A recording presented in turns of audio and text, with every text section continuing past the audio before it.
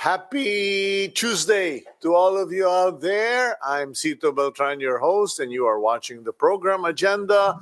Welcome to today's show. And today, for those of you who may be just waking up, it's January 21,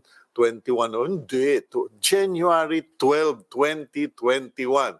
I repeat, January 12, 2021. It's a Tuesday, and we do hope that all is well with you and your family and your household. Welcome to the program. You are watching us via Signal TV channels 8 and 250. And for those of you who are on the move or who have not yet subscribed to Signal, you can watch us via facebook.com/OneNewsPH. And on YouTube, you can also watch us by searching for One News PH. Okay, today we are going to be talking again about vaccines because that seems to be the talk of the town, the talk of the country, the talk of the world. Who has vaccines? Europe, all of Europe, from what I understand, has vaccines. In fact, the last to start the vaccination program, from what I understand, was the Netherlands. But in Spain, their rollout was hampered kasi po, nagyelo, inulan, they have snow. Some of us are dreaming of seeing snow sometime in our lifetime. In Spain, they already have snow, and it's creating a problem for their vaccination program. If you remember, Spain was one of the hardest hit countries when COVID first came into the scene. Now, we will be talking to two mayors today. We will be speaking first with Mayor Jerry Treñas of Iloilo City and then Mayor Rex Gatchalian of Valenzuela City. Both mayors have established themselves as very proactive mayors. They were the ones who really got into the thick of the fight, who were the first to really go all out in the campaign against COVID-19. In the case of Mayor Jerry Treñas, medyo pinalas lang ang Iloilo kasi dinagsa sila o tinawiran sila. They became a pass-through point for locally stranded individuals or LSIs and OFW. So we'll catch up with the good mayors after we go through the headlines. And the headlines today are very interesting, okay? Let's go to the front page of the Philippine Star Team Agenda. Ayan na po. Palace Public can't choose. Hindi kayo pwedeng maging choosy. I'm writing a column about that for tomorrow's opinion column. But on the front page, Palace says Filipinos cannot be choosy with a vaccine brand as the national government is set to roll out Sinovac shots next month. Kuno. Okay, kasi based on the news article, about 150 ba yun? 150 individuals, if I'm not mistaken. No. 15,000 people is scheduled to be vaccinated by February. Okay? While 1 million will be siguro after that, no? But 15,000 people would also participate in clinical trials to be conducted in the Philippines. Okay, yan na po. Liliwanagin natin, ano? Sinasabi ni presidential spokesman Harry Roque, kung presidential spokesman ka, hindi ba you're supposed to be speaking for the president? Parang he's speaking on everything na. But that's my observation. In any case, sabi niya, wag tayong choosy. Are we really being choosy? To begin with, what is there to choose from? Zero pa rin kayo. Wala pa rin vaccine sa Pilipinas except yung binigay nyo sa PSG at mga ilang piling-piling. Ewan ko, ang chismis. May mga piling-piling, mga miyembro daw ng gobyerno na bigyan na ng vaccine. Pero what they can't deny, is the admission of the PSG na sila nabakunahan na. Okay, so outside of the PSG, most Filipinos have not been vaccinated, and the presumption is there are no vaccines in the Philippines. So, what is there to choose from? Now, if you're saying na hindi kasi meron na kaming order, wag kayong choosy. Choosy ba ang pinag-uusapan natin? Are we being choosy, or are the proper legitimate people in society simply asking the right questions? Kasi parang, di ba, nagka-problema tayo dun sa Pfizer vaccine? Nauna pa nga yung usapan natin sa Pfizer vaccine. Bakit biglang lumabas, may deal na kayo sa Sinovac? Nauna pa yung Sinovac. Anyway, I won't prolong the agony of the Filipino people, but as Tony Leachon mentioned, and as other doctors have mentioned in other programs, the Pfizer vaccine is 95%, has 95% efficacy. Magaling, 95%, sure. Yung Sinovac daw, sabi ng ilang senador, 50%, sabi ni Harry Roque, 91%. But here's the question. No one has raised or addressed the issue na mas mahal yung Sinovac. It's more expensive. So, I think, when you procure something that is more expensive than the best brand in the market, ombudsman aabutin ninyo dyan. In any case, we will go forward now. In yesterday's Senate hearing, senators are pushing the national government to let go of its quote-unquote monopoly of the right to secure vaccines and allow the private sector to procure its own shots, so more Filipinos can be vaccinated. Ayan po, no? I think that will be addressed by the bill introduced by Congressman Rufus Rodriguez and Associates that will allow private sector to procure vaccines on their own. Kasi alam niyo po, nagmamagaling yung pamahalaan. Sabi nila, we will cover 70%, so there will be herd immunity. We have 82 billion. Bigla nung ginawa na nila yung arithmetic and mathematics and division, hindi pala magkakasya. Mukhang 50 million lang or 50% of the population ang tatamaan. So, tama lang yung gusto mangyari ng mga senador. Hayaan nyo na kaming mga nasa pribado bumili ng aming bakuna kasi wala pa rin naman kayong nadadala sa Pilipinas. Puro lang laway. Kung may bakuna lang dun sa mga mahilig maglaway at magdaldal, sasabihin nyo, katulad mo, Cito, at least ako naman po, no? Pag dumadaldal ako, base po sa katotohanan. Okay. In other news, lawmakers vow that charter change or CHA will only focus on economic restrictions and nothing will be done on the side of politics. But even the group Philippine Chamber of Commerce and Industry or PCCI is wary of the timing of pushing for economic chacha. Ayan na.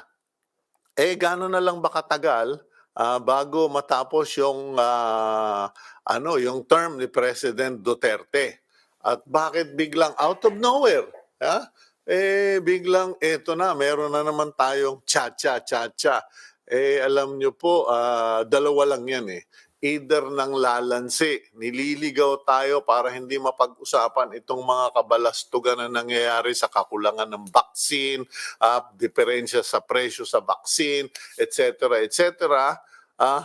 Or baka naman merong mga tao na gusto talagang kalikutin yung constitution natin dahil po sila'y nangangamba pag wala na yung kanilang tatay digong sa pwesto, baka sila naman ay habulin ng mahustisya sa kanilang mga kalukuhan. In any case, as far as that's concerned, if even the business sector don't support and are wary of this charter change, makes you wonder who wants it. Nako, sorry po, I don't trust Congress when it comes to making kalikot the Constitution. Okay, 1 year after the explosion of Taal volcano, ash still covers homes, schools, and trees in Taal as the volcano island in Batangas remains a wasteland. Wala na po yan. Kumbaga, walang naging pagbabago, lalong sumama kasi sobra naman talagang napakahapdi sa balat nung ibinuga ng Taal kasi sulfuric yun, acidic, ayan, medyo wala na talaga. It's the Philippine Star featured it in commemoration of the explosion of Taal. Parang, do you remember where you were when Taal volcano erupted in 2019? Ayun po. Okay. Meanwhile, former Justice Secretary Vitaliano Aguirre II, whose term has been hounded by controversies in high-profile cases, has been appointed to government for a second time. Talagang the second siya. Kasi ito, the second appointment, siya po ay ginawang private sector representative sa National Police Commission. So ngayon, ewan ko ang tawag dito, has been appointed as NAPOLCOM Commissioner. Commissioner na siya. Okay, medyo yan po, ayan. Sigurado ako, mababatikos na naman si Pangulo kasi napaka-environmentalist niya. Mahilig siyang mag-recycle. Okay.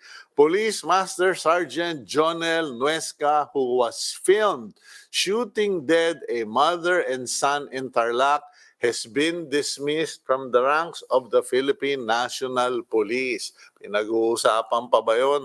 Dapat day one. Wala na. Anong justice? May justice bang natanggap yung mag-ina? Binaril mo, 45. Ngayon pagkatapos, inabot ng ganito katagal para matanggal sa serbisyo. Ewan. And PNP Chief De Bolsinas orders a probe on the possible lapses of cops in the case of flight attendant Christine Dacera. Ayan na naman po, no? Huli na ang pagdating ng kautusan kasi nahusgahan na yung mga lapses. The lapses have become public knowledge, has become fodder for criticism against the PNP, and it is only now that this order is being made. Perhaps, or chances are, Congress is going to call PNP Chief De Bolsinas or the Senate to explain yung kanyang pagpaparelease nung siyam na PNP personnel na nakapatay, umambush. Actually, hindi nakapatay pumatay. Kasi yun ang lumalabas Pumatay sa 4 na Armed Forces Intelligence personnel. Okay, sabi, tinurn over daw sa mga pamilya sa Hulo-Sulu ba yun? Nako, sa Hulo-Sulu, pinakawalan mo doon. I hope mahanap pa ninyo pag biglang kinailangan ng iharap yan sa husgado. Okay, so let's move on to our main event for the program. Our 2 mayors. We will begin with Mayor Jerry Treñas. Ewan ko kung ready na po, no? Ayan, ready na raw si Mayor Jerry Treñas. I enjoyed talking to him last time. Mayor, good morning. Hi, good morning, Cito. I was listening to your pre-show, ano tawag ba yan? Monologue.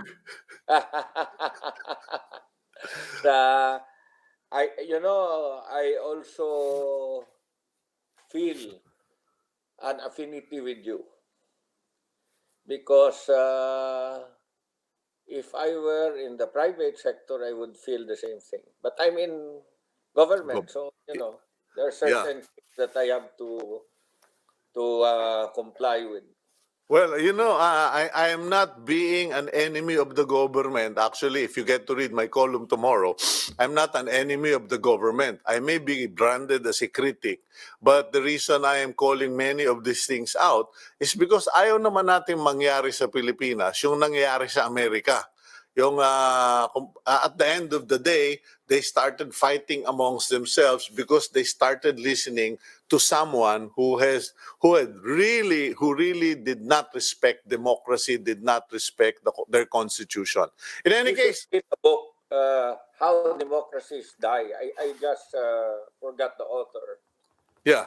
But one of the symptoms when democracies start to die is when democratic institutions slowly become diminished. Mm-hmm. One way or the other, the media, the our democratic institutions like Congress, like the courts, even the church. No? Mm. So it's a good read anyway. Okay, Uh, well, I'll take you up on that. Although I'm not much of a reader, but I will take you up on that kasi meron na akong glaucoma. Medyo may tama yung left eye ko. But in any case, Mayor Jerry, kamusta na dyan? The last time I spoke with you, I was just saying that you were in the forefront of the fight against COVID. You were praised. You were one of the few mayors na talagang kinilala for doing such a good job. And unfortunately, you guys were hit by locally stranded individuals and OFWs who turned out to be carriers. But how has things been in the city of Iloilo? Starting November, we slowly started getting the numbers down. Mm-hmm. And yesterday we had a high single digit, 9. But most of the days it's really 4, 2, 3. We strengthened our protocols against public consumption of alcohol in all restaurants. We limited the wakes to 3 days and only for the immediate families. And at the moment, due to the new variant that was discovered, I think in Hong Kong, coming from Manila, we requested for a 14-day moratorium for the first time. Mm-hmm. We continued to accept LSI and ROF for the longest time, but this time we requested for a moratorium only for 14 days, just so that we will look how this strain will develop and if the DOH will be able to discover it. Because it was very surprising that while we were banning several countries because of the existence of the variant Mm-hmm. in their countries, uh, just while we were saying that we were free from this new variant, Hong Kong finds out that there was the Excuse me. helper coming from Manila who Mm-hmm. was positive with the new variant. So, meaning to say, the variant is here. Yeah. Well, that has yet to be determined, but in any case, Mayor, so you've asked for a 14-day moratorium on the entry of LSIs and ROFs or returning overseas Filipinos. Any other policies or declarations that the rest of the country should know as far as going to Iloilo is concerned? Kasi like me, I was just speaking to one of my friends there in Iloilo, and I said, maybe end of the month or February, baka makapasyal na kami dyan ng misis ko if it is allowed. What is the situation there? Well, the situation here, Cito, is almost normal. We do not have a curfew. Oh, Uh, okay. I think for several months already, we do not have a curfew. We do not allow bars to operate because of the public consumption of liquor. There is no liquor ban. Anyone can purchase up to 6 o'clock Mm. After that, then all the liquor stores are closed. Supermarkets will no longer sell you liquor. Mm. Uh, but the rest is almost normal. Uh, we do not. There are checkpoints mostly for security. Uh, we are going to celebrate our Dinagyang digitally uh, at the last Sunday of this month. Mm-hmm. We have already taped all the performances in accordance with protocols of the IATF, and we will go on with the life that's called the new normal. Okay, well, that's good to hear, Mayor Jerry. Now, the question is that one of the reasons why we asked to interview you this morning, along with Mayor Rex Gatchalian, is to find out, kasi nabalita, it's in the news that you guys are buying your own vaccines, you're allocating your LGU funds for the vaccines. Could you explain to our viewers how this happened, what the process was?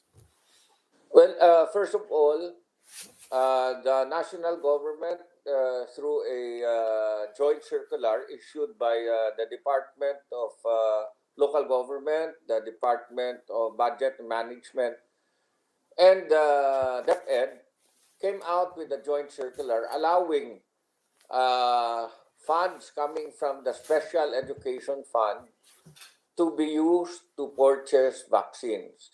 And this allowed several LGUs to be able to identify sources of funds for vaccines. I requested the school board to appropriate 209 million, which we have already appropriated and is available. And we started talking to the vaccines pharmaceutical companies. I talked to Astra. We are going to talk to Moderna and Pfizer tomorrow. And there's another one, Novavax. We have scheduled also, in the spirit of fairness, for those who are fanatic loyals of the Sinopharm and the Sinovac. Uh, we are scheduled also to meet them Mm. uh, by Zoom. No? As you know, Sito, I was designated by our president of the League of Cities as the chairman for the Vaccine Procurement Committee. So Mm. what we are doing is really just to access the pharmaceutical companies, talk to them what are the requirements, the prices, so that we can also inform all the other LGUs. I'm doing it also as a service for the other mayors who might not have all the time to focus on this. No, Mm. I continue to do this even if I have already gotten 300,000, 600,000 doses of AstraZeneca Mm. for Iloilo City. Because I have signed already it's no longer the tripartite agreement, it's a multi-partite agreement because uh, the pharmaceutical company, together with the national government, represented by Secretary Galvez, the Department of Health, represented by Secretary Duque, and myself, representing Iloilo City, have signed that agreement. Mm. Okay. Now, you mentioned 600,000 doses. Uh, is that based on the population of Iloilo? You have to excuse me. I don't know the population of Iloilo, but what is the formula you base the procurement, and is this based on lowest bid, lowest price? Because I know AstraZeneca offered their vaccines at cost. as a corporate social responsibility program, is it because they are the lowest? Kaya sa kanila kayo kumuha? Well, alam mo, Sito, sa Iloilo, I have a COVID team composed, I think, one half of doctors and medical practitioners. No? Aside from my COVID team, where I hold meetings every day, I am lucky that there is a COVID task force in Iloilo composed only of doctors, practitioners in the city and province of Iloilo. And I listen to them all the time. I'm just a lawyer. COVID is a health matter. And I have to listen to them because they know better compared to me. So we look at all the vaccines, uh, the pros and cons of all the vaccines, and this AstraZeneca passed the scrutiny of my COVID team and my COVID task force. And No. it became immediately available for one reason or the other. So we decided to procure this. As to the next question, what is the basis for the 600,000 doses? Yeah. Meaning that it is good for 300,000 people. Yeah. The vaccines, I was told, will only be good for the sector of the population from 18 to and above.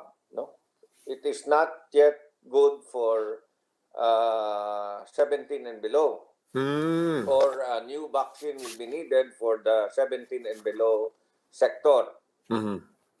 Last election in May of 2019, or 1 year and a half ago, the total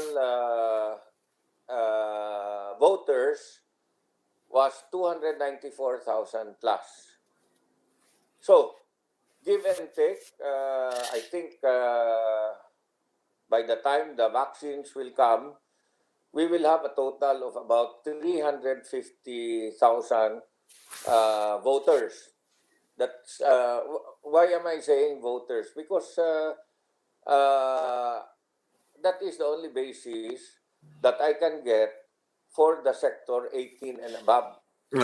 Yes. Because only 18 and above vote during the election. So we're looking at 350,000 18 and above sector. But we were limited, and we were only told that we can only be given that number, 600,000 doses for 300,000. Okay. I will be meeting my private sector, my business sector, and I will be talking to them that Iloilo City, being a regional center, it might make sense that all the workers who are found in Iloilo City will also be immunized as well. Meaning to say, this will be people who are no longer voters in Iloilo City and not covered by the 18 and above sector of Iloilo City.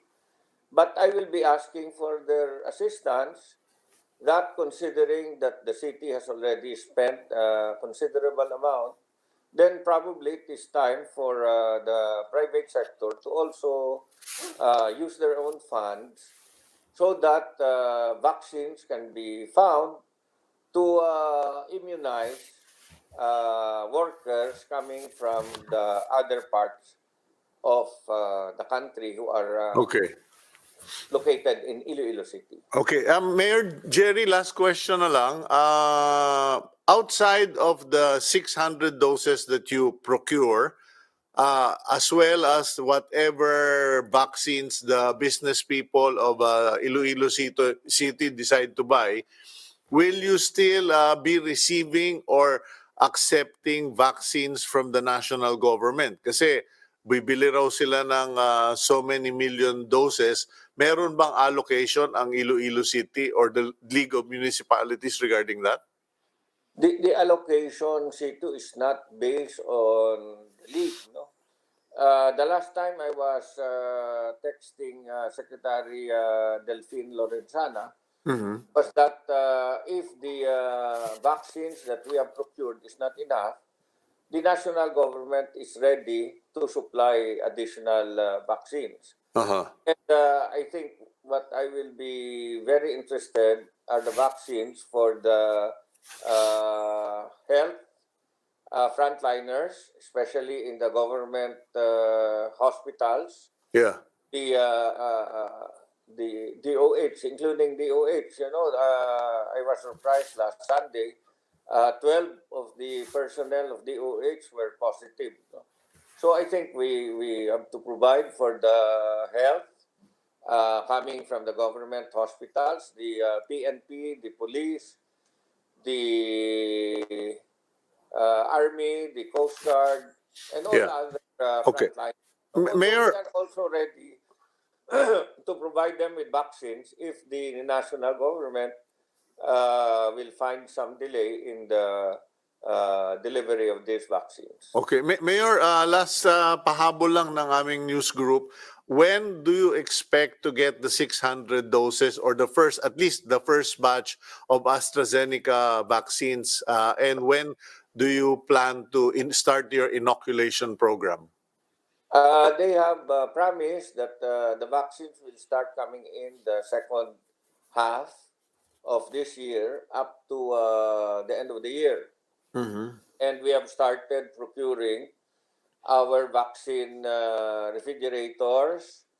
Uh, and I am going to ask the COVID team also for the refrigerated transport so that we will be ready. We have already identified, Cito, the 150 vaccinators, the ambulances that we are going to position in all the areas. We are going to do the immunization. The doctors, the nurses who will assist. We have coordinated also with the hospitals so that in case there are some adverse effects, uh, we will be able to address them. But Sito, I think you are in media, Yes, sir. and I would be asking for your support. Mhm. What happened to Deng Vaxia has really affected how our people look at vaccines. Mhm. Our people are afraid of vaccines because of what they did to Deng Vaxia. It was publicized. Yeah. People are now scared of vaccines. Not only Deng Vaxia vaccines, but all the other vaccines. Yeah. So I think aside from the local government, the national government, the private sector, securing vaccines, I think there should be also active campaign for all of us, to Yeah. provide the information needed by our people so that they will allow themselves to be immunized. What Don't happened worry. can Yeah. only immunize 20% of the population. Yeah. Don't worry, Mayor, kasi you don't even have to ask me because I have dedicated myself to that campaign. In fact, I publicly always say I have been vaccinated for the flu vaccine. I was vaccinated last month for the pneumonia vaccine. The only daughter, my only child, was vaccinated for dengue. So kami, we are strong believers in the vaccine.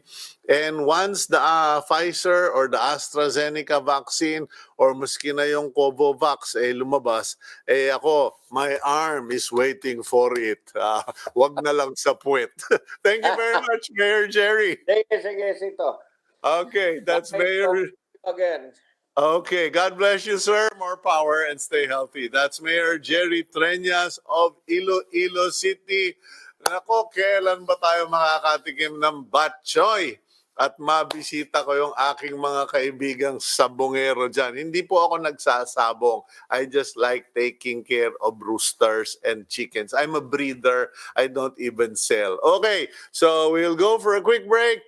And when we return, let's speak naman to another very proactive, very progressive thinking mayor, Mayor Rex Gatchalian of the city of Valenzuela regarding these vaccines and what is their situation in Valenzuela here on Agenda.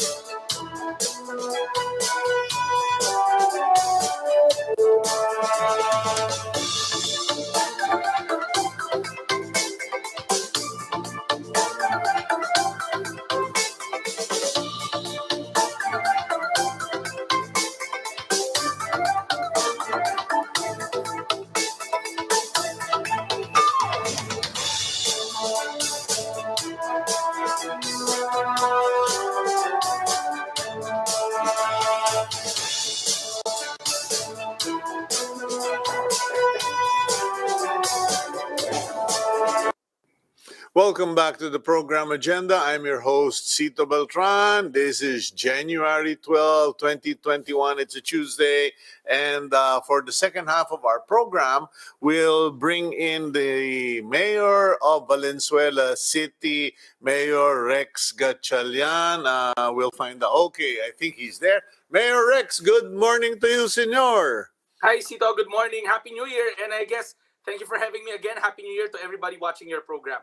Well, it's always a pleasure on my part, and I'm sure for our viewers to listen to you. Kasi as I introduced you earlier before the break, you're one of the progressive young local government leaders na I love yung yung rental housing mo diyan sa Valenzuela, how you've done everything. Now, you're apparently in the news again regarding your proactive move along with Mayor Jerry Treñas to secure vaccines for your constituents. Kumbaga, hindi na kayo naghihintay, gumagawa na kayo, hindi na kayo nagiging cargo de problema ng national government. You've taken the initiative. What brought this about, Mayor Rex? Well, tayo, Cito, taking on from the experience of last year, diba? When we were all having trouble with the testing, remember? I realized early on you have to always find a parallel path to the national government. Not because they don't want to help us, but rather, like you said, lahat ng bayan, buong bayan nakakargo sa kanila, lahat ng tao nakapatong sa pamahalang nasyonal. So, kung iisipin mo, medyo mabigat talaga to. It's quite a big endeavor to inoculate hundreds of millions, no? Probably 110 million Filipinos or 90 million Filipinos. So sabi namin, may capability naman yung LGU, meron naman tayong financial resources. So why don't we ask the national government to be of assistance? Baliktad, kami nagsabi sa pamahalang nasyonal, gusto namin maging bahagi ng solusyon. So just like what we did with the testing last year, di ba? When everybody was having a difficult time getting tested, we drew a parallel path by tying up with private hospitals and then later on coming up with our own laboratory that now caters to our neighboring cities, not just Valenzuela. So in short, it's more of wanting to be part of the solution. So ayaw na namin yung antay ng antay. Okay, now, how clear is your option for solution? Kasi si Mayor Jerry of Iloilo City said they will get from AstraZeneca 600 doses. At kayo sa Valenzuela, mukhang malaki-laki yung Valenzuela. How many, and are you also getting from AstraZeneca primarily? Yes, actually, Sito, similarly situated kami ng Iloilo. We're almost the same size. Halos mirror image kami. First things first, I want to take this opportunity to clarify, na hindi naman tayo iniwanan ng national government. Talagang they were supportive sila General Galvez. Let's give credit where credit is due. Sila yung they came up with that tripartite framework. Without that framework, hindi naman kami makakabili. The local governments won't be able to buy because remember, ang application nitong mga pharmaceutical companies for emergency use, hindi pa siya regular product registration. So, have to hand it talaga to the national government, kay na General Galvez, for coming up with a framework that allows local government units to be part of the solution. Yun yung tripartite agreement nila between DOH, IATF, and AstraZeneca. So when they signed that, immediately, like Iloilo, we went to work, or even prior to that, we did the pre-works, told AstraZeneca, we want to buy from their product line because, number one, as Mayor Jerry pointed out, it's cheaper. 500 pesos lang siya, di ba? For 2 shots na. It's the cheapest, I think, of the array. Two shots na ba yun, Mayor Rex? Akala ko 500, 2 shots pa. Akala ko kasi 350 each eh. 250 each. 250 each. So yung 500, dalawang doses na yon for an individual. So 250 na lang. To be clear about it, 250 pesos per shot. So, ibig sabihin, siya yung pinakamura sa array out there. And number two, isipin mo, siya rin yung pinakamadaling handling. Like Mayor Jerry, we have a dedicated COVID panel of experts in Valenzuela where there are doctors, pathologists, epidemiologists, as well as vaccine experts, no? Like siya, hindi naman ako doctor, so I really have to listen. Hindi ako pwedeng mamagaling kasi hindi ko naman talaga alam ano itong mga bagay na to. They all said, Mayor, we have to try to get AstraZeneca even before because they saw the handling is easier. The refrigeration, the handling is no different from the current vaccines that we already use for other sickness, no? So that was the second primary driver. And number three, sila yung parang nandyan eh.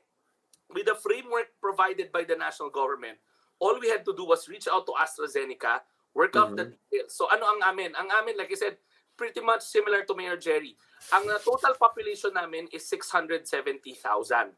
Okay. Remove 1/3 of that, which is the 18-year-old pababa. 1/3 yon, 33% to be exact. We go down to around 470,000. At 470,000, 70% niya is around 320,000.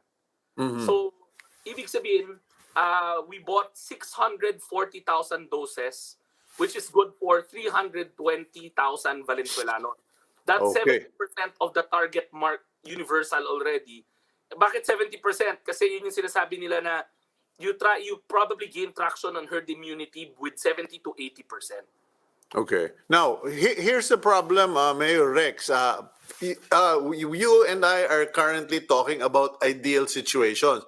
Pero ang Valenzuela City, you have a population that more than doubles during the day because you are an industrial center, a manufacturing and a business center. Paano na? Like with Mayor Jerry, parang gusto niya mangyari, he spoke to the businesses and said, guys, you're gonna have to step up on this because we will only cover our residents and voters. Kayo, if you want to cover your employees, please step up. What about Valenzuela, Mayor Rex?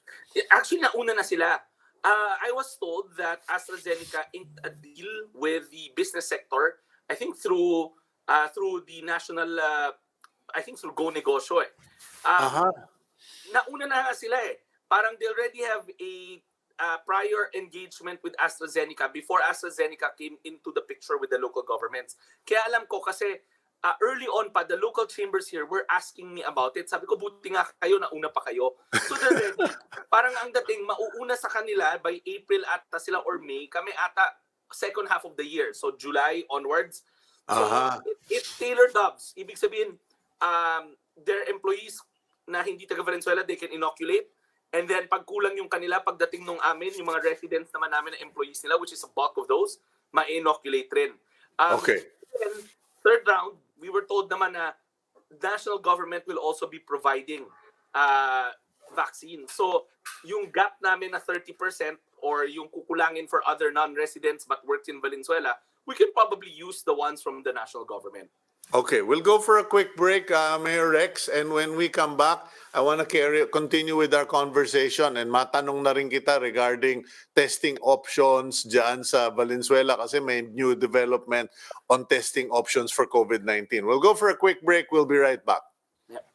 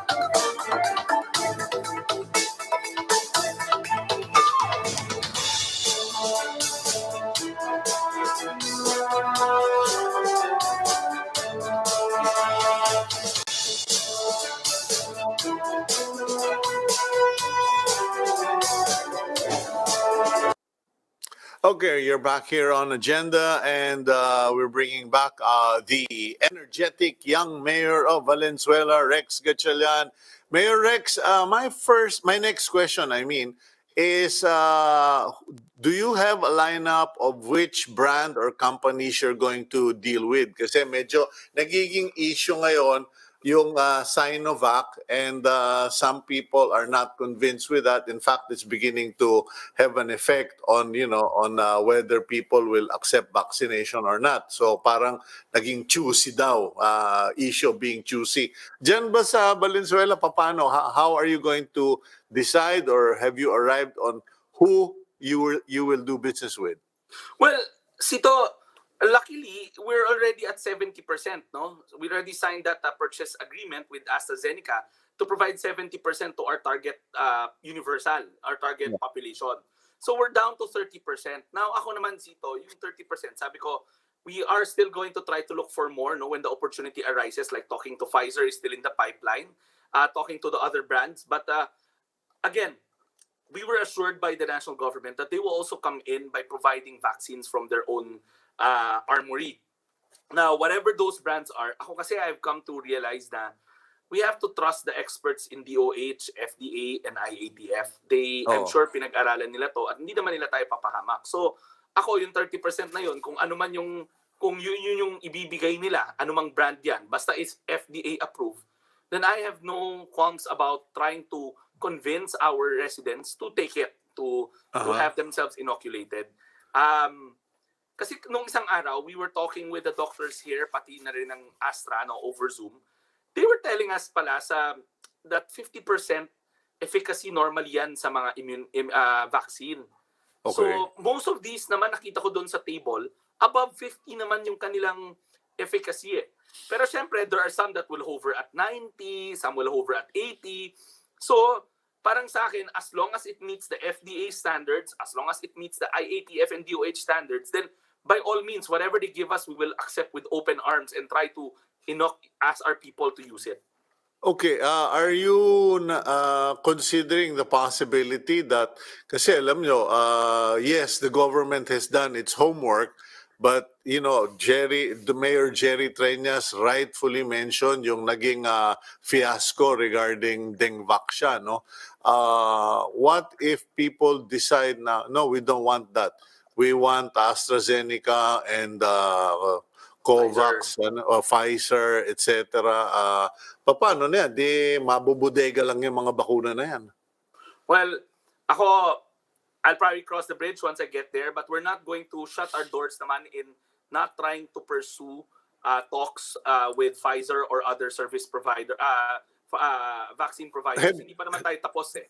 yeah, Pero if have I you? can just add, Sito, Yeah, go ahead. ako kasi here in Valenzuela, this is my last term as mayor. I was already mayor when they rolled out Dengvaxia. My personal take on Dengvaxia was, it was a politicized rollout to be very honest with you. Yeah. I remember clearly, they were rushing to roll that out right before elections.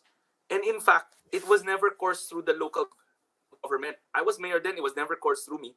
They used a parallel machinery there, which was my political opponent, who was an incumbent congressman at that time. Uh-huh. So, parang ang point ko kaya ako pinoint out to, I think we can really draw naman differences between what will our experience be and what was our experience. I believe that as long as we don't politicize the rollout of this one, it shouldn't be a problem no matter which brand there is. I think proper education first. Ako, nung sa araw, nagulat ako doon sa 50% efficacy. Akala ko, dapat mataas lagi. Apparently, 50% pala yung mga ginagamit natin ngayon for flu, and some of those, nasa 50-60 lang na efficacy niya. So I think, number one, granted, we all have to do massive lifting on education. Information drive to erase the stigma. Number two, as long as the parameters as to how, who, when, very clear, at hindi siya politically, and I have firm belief that si General Galvez is on the helm, so I'm firm belief that they won't do what they did during Dengvaxia. I think people will accept it. You know what? Sobrang daming tanong Alam mo, inoculate, paano, di ba? Parang biglaan na lang You know, Mayor Rex, you're a very charming young guy. Siguro kausapin mo na lang si General Galvez, si Secretary Galvez, siya na lang ang magsalita tungkol dito sa hindi kasi I'm just being totally honest, no. When there are too many people talking about the vaccine and then their personality, their character or their politics get into the picture, syempre, if you have atraso, yung kalaban mo magsasalita rin. Si Secretary Galvez wala namang kalaban yan, he's just a hardworking guy. In any we need a bureaucrat like him who has a track record and who's not a politician, will be do the talking. Tama ka doon.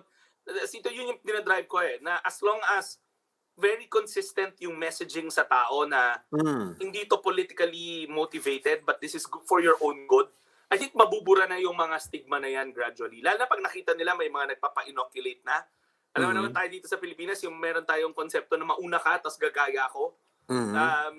I certainly think those walls, mataas man sila, the anti-vaccine wall, we can gradually scale it. But you're right, the communication, the messenger of the communication has to be apolitical, a bureaucrat with a track record and who has no political aspirations. Yeah, well, okay, now moving forward, so you already said you will be getting 300, magkano ka mo yun? 340? 640,000 doses. You will be getting it sometime June or July. You already have a team on the ground, so everything okay. Now, magpalit lang ako ng area, no? Because you're one of the first cities who put up a RT-PCR testing center. Malaki ang investment nyo doon, ano? But now, there is the saliva test. And mukhang maganda yung resulta sa saliva test depending on the outcome with the FDA. But there is now this question. Pag na-prove ba na itong saliva test, which sabi nila is also like the AstraZeneca vaccine na napakamura rin, tatakbo lang daw ng 450 to 500. If, assuming it passes muster and it qualifies as good as RT-PCR, would you guys open your doors to that? Because sabi ko, magkakaproblema yung iba, baka sabihin nila, wala pa tayong return on investment sa ating laboratory. How would you address that as an elected official? One first thing, our laboratory, itong mga PCR machines, itong yung PCR machines, they're not just for COVID. When we designed and built that lab, no, which cost us around 18 million, in our minds, the pandemic will come to an end. That's why our pathologists, our in-house pathologists always saying, Mayor, we can use it for other things. Don't you worry. Hindi ito parang pagtapos nito, tapos na. Our lab in particular is an open-ended system. We bought the Biorad machines. Hindi kami bumili ng close-ended na Sunsure system kasi Uh-huh. we always had that in mind that the pandemic will come to an end and we must be able to use our investment for other things. So there are other things that they can run there. That's one. Number two, we are always open for new technology. In fact, our lab, twofold siya. Hindi lang siya PCR, meron rin kaming serology. We worked with Abbott on our serology kasi we have local protocols set in play wherein halimbawa, masyadong marami yung pabrika gusto niya magpa-test. We will do a serology test first to be able to determine sino yung pinaka-high profile or pinaka-vulnerable sa kanilang lahat using their antibody test. No? Uh-huh. These are not the rapid tests. These are the ones that they draw blood from you para yung quantitative niya may standards. Yeah. So, we're always open. So, pag sinabi ng FDA na merong saliva test around the corner na mas mabilis, mas mura, we will not hesitate trying to procure that. Pero, Cito, let me just point out, no? Yeah. Our lab can turn around the results now, the PCR lab, in the same day. So we take the swab before lunch. You get your results by 6 p.m. latest on the same day. Yeah, but So- what about the cost, Mayor? Right now, our kits are being given to us by DOH now. We're not procuring our own kits. What happened was, nung una kami bumibili ng kit namin. Pero later on, remember, DOH procured a whole bunch of kits. Yeah. They download thousands of kits to us every day, every week. So parang get us we want. And they're very good kits, ha? So they're very, ang brand nila, BGI, hindi sila yung close-ended. So what's happening now is, wala na kami halos cost sa kits, overhead na lang, which is quite low. Ano naman kami, yung mga pathology, yung mga medtech namin, hindi lang naman yan ang trabaho. They do other things for the LGUs, Yeah. for the economies of scale. Diyan ba sa Pero Valenzuela, libre? Libre kami, oo. In fact, Okay. so we do it also for our neighboring cities like Malabon and Navotas. Kasi the kits nga are for free. It's given to us by DOH. So part ng mandate sa amin ng DOH, help your neighbors kasi we're giving the kits for free. Yan na nga yung sinasabi ko, Mayor. That's why I like talking to you. Kasi, indirectly, and I'm being honest, totally transparent, indirectly, we are hearing about the good things that institutions of government are doing, but ibang focus Mafo-focus yung sekretarya, naglalakad sa divisorya, may dalang mahiwagang patpat, etc. And here, you find out that the DOH is downloading all of this stuff. And, I'm just pointing this out so that people also realize, hindi po kalaban ang media ng gobyerno. Like with you, Mayor Rex, I know you've known me. We've supported you and supported your brothers na because you have provided good leadership. Talking to you, kung di pa kita nakakausap, hindi ko malalaman na ganyan pala, nag-download pala ng libo-libo test kit. When I say libo-libo, Sito, minsan umaabot ng 10,000 per gift, ha? You Wala just nga. call them anytime. I think now they have the kits under play. So, kami, again, we're open to the saliva testing, pero sayang rin naman tong kits na binibigay sa amin ng pamahalaan nasyonal. Nandiyan na sa bodega nila, kunin na lang daw namin ang kunin. Yan ang the price of technology and progress. Anyway, Mayor Rex, thank you very much for once again giving us a great interview, very informative, and may you continue to be blessed, to be recognized for your leadership dyan po sa Valenzuela. Ano ba plano mo? Congressman? Senador? Wala pa ako doon. No, definitely, nandun na si Sherwin sa Senate, dito lang tayo. Okay. But again, Sito, I don't think, alam ko it's filing year, but the vaccine will really tie us down. The rollout. It's a big endeavor. So dun muna ako, kasi I always believe, do your job, do it well, the politics will follow.